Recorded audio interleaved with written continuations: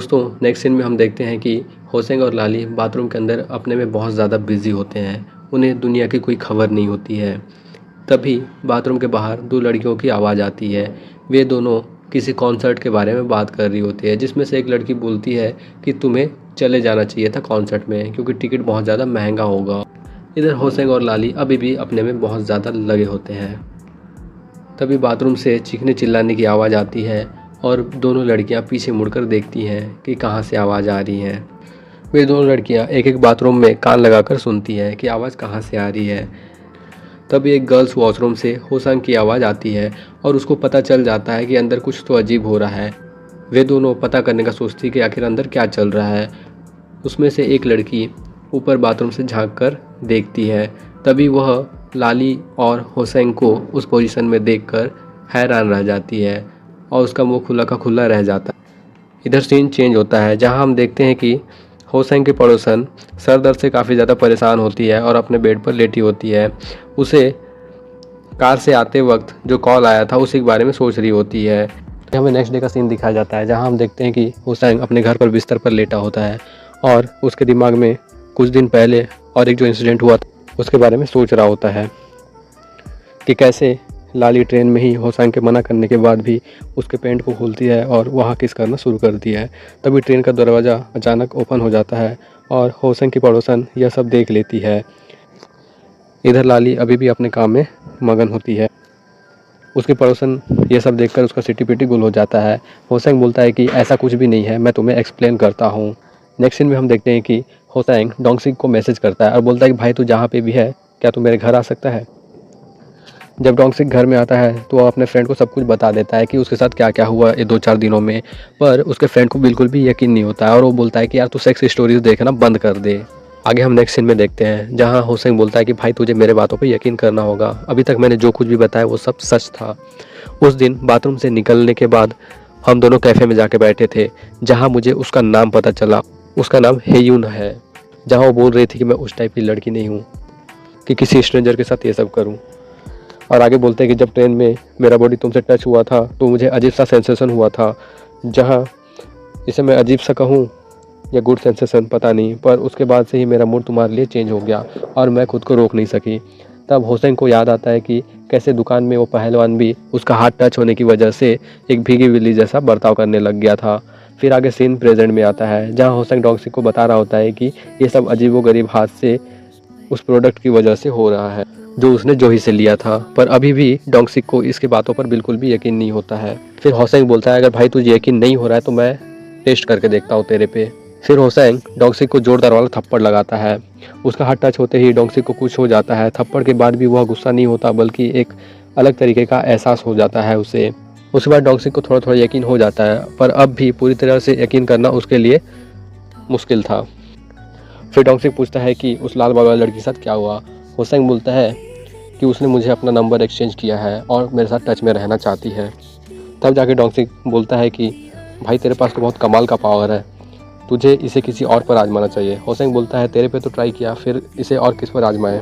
डोंगसिक बोलता है कि नहीं, इस बार मेरे पे नहीं किसी और लड़की पर ट्राई करते हैं और देखते हैं कि किसी और लड़की पर यह पावर काम करता है या नहीं। यह सब सुनकर होसेंग को अपनी पड़ोसन की याद आती है। वह अपनी पड़ोसन को याद करके बहुत ज़्यादा खुश हो जाता है। आगे नेक्स्ट सीन में हम देखते हैं कि होसेंग सीढ़ियों से जा रहा होता है। तभी उसकी नज़र उसी पड़ोसन पर पड़ता है। वो अपनी पड़ोसन के पास जाता है, पर वो उसे इग्नोर करती है। पर अभी तो अपने भाई के पास सुपर पावर है लड़कियों को काबू में लाने की। आगे देखते हैं होता है क्या। होसेंग पड़ोसन का हाथ पकड़ लेता है। उसकी पड़ोसन बोलती है कि तुम ये क्या कर रहे हो। फिर इसके बाद तो आप जान ही सकते हैं कि क्या हुआ होगा। भाई का पावर काम करता है। फिर अपना भाई होसेंग शुरू हो जाता है और उन दोनों के बीच इतना सब कुछ होने के बाद पता चलता है कि अपना भाई तो सपना देख रहा था। सुबह उठा तो उसका पैंट गंदा हो चुका होता है।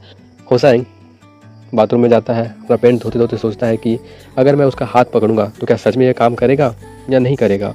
अगर पावर काम नहीं किया और मैंने हाथ टच कर दिया तो बहुत ज़्यादा प्रॉब्लम हो जाएगा, पर शायद मुझे ट्राई कर लेना चाहिए। ये सब सोचते ही रहता है। तभी उसके पास एक मैसेज आता है, जहाँ प्रोडक्ट को मैन्युफैक्चर करने वाली कंपनी का एड्रेस होता है। आगे हम देखते हैं कि होसेंग डिसाइड कर लेता है मशीन को बनाने वाली कंपनी में जाने का और पता करने का कि एक्चुअल में इसके पावर का क्या राज है। होसेंग जा ही रहा होता है, तभी उसकी पड़ोसन सामने से आ रही होती है। होसेंग सोचता है चलो बात किया जाए, पर उसकी पड़ोसन भाव ही नहीं देती और इग्नोर करके चली जाती है। होसेंग बोलता है चलो पहले कंपनी में जाया जाए। होसेंग कंपनी पहुंच जाता है, पर ऑफिस का हालत कुछ खास नहीं होता। पूरा सामान इधर उधर था, ऑफिस कम लेबोरेटरी ज़्यादा लग रहा था। तभी ऑफिस में कोई आता है। होसेंग उसे देखकर सोचता है कि शायद यही वो रशियन पर्सन है जिसने सोवियत यूनियन का टेक्नोलॉजी यूज़ करके वो मशीन बनाई है। होसेंग उस रशियन से मिलकर बोलता है कि मैं यहाँ इसलिए आया हूँ क्योंकि मैंने आपकी कंपनी का प्रोडक्ट खरीदा था। तब वो रशियन बोलते हैं कि मुझे कोरियन लैंग्वेज समझ नहीं आती और तुम्हें कोई रिफ़ंड भी नहीं मिलेगा। पर होसेंग मन ही मन सोचता है कि रशियन बोल के कोरियन लैंग्वेज में ही बात कर रही है और बोलती है कि कोरियन लैंग्वेज नहीं आती। होसेंग बोलता है कि मैं यहाँ कोई रिफ़ंड के लिए नहीं आया हूँ, मुझे आपसे कुछ जानना है। तब वह खुश हो जाती है कि बंदा रिफ़ंड के लिए नहीं आया है। अचानक रशियन के नाक से ब्लड निकलता है और वह चक्कर खाकर गिर जाती है। फिर होसेंग उसे किसी तरह जगाता है। उसका नाम डिमित्री होता है। होसेंग उसे सब कुछ बताता है कि कुछ दिनों में उसके साथ क्या क्या हुआ, कैसे मशीन से उसे शॉक लगा और उसके बॉडी में पावर जनरेट हुई। वो रशियन साइंटिस्ट डिमित्री उसकी बातों को सुनकर होसेंग को सॉरी बोलती है जो भी उसके साथ हुआ था उसके लिए। आगे डिमित्री अपनी गलती एक्सेप्ट करने के बाद कंपनी के बारे में एक्सप्लेन करती है, कैसे उसका कंपनी फेल हुआ, कोई भी उसका प्रोडक्ट नहीं खरीदता। डिमित्री बोलती है कि ये बिल्डिंग भी हंटेड है, यहाँ कई लोग मारे गए हैं, इसलिए उसका ऑनर इस बिल्डिंग को फ्री में रहने को दिया है।